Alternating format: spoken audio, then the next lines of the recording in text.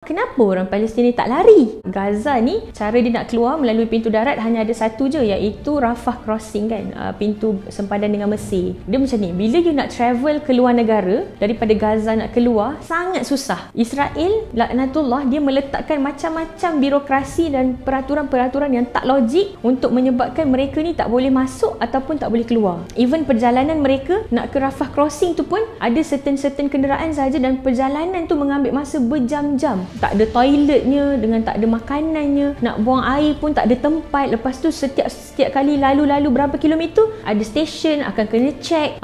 Contoh kita dah sampai separuh jalan, tiba-tiba dia suruh patah balik, kita kenalah patah balik macam tu. Jadi dia bukan satu benda yang mudah untuk orang keluar ataupun masuk ke dalam Gaza, kecuali orang-orang yang masuk atas dasar turis kan. Macam contoh orang yang pergi umrah nak pergi tengok Gaza dan sebagainya kan, macam kita rasa macam senang je. Tu sebab ada isu buat duit tu kan. Maksudnya kita berurusan dengan tourism dia. Jadi sebab tu ada ulama yang berpendapat jangan pergi ke Baitul Maqdis ketika mana Israel laknatullah masih berkuasa di sana. Sebab apa? Setiap kali kita visit, kita kena bayar pada mereka dan duit yang kita bayar tu akan digunakan untuk membeli weapon untuk menghancurkan saudara kita ke sana. Sedangkan awak bayangkan ada orang Islam di Palestin dan Gaza sendiri yang tak pernah pun masuk ke dalam Masjidil Aqsa, tapi mereka tetap bersabar. Sebab tu kita kena banyak doa. Ya Allah, pilihlah kami untuk menziarahi Al-Aqsa sebagai pembuka dan bagilah kami untuk bersolat di sana dalam keadaan Masjidil Aqsa telah pun terbebas, bukan dalam keadaan dicengkam dan dijajah oleh Israel laknatullah. Mereka faham kemuliaan orang-orang yang mempertahankan Masjidil Aqsa dan mempertahankan Palestin. Jadi semua orang kat sana nak mati syahid. Jadi diorang bukan lari. Sebab tu diorang masih ada kat situ. Mereka tak pernah lari daripada peperangan. Jadi kenapa mereka tak lari? Sebab mereka faham hidup mereka adalah untuk sama ada hidup mulia atau mati syahid. Jadi there's no such thing as pelarian daripada Gaza. Yang ada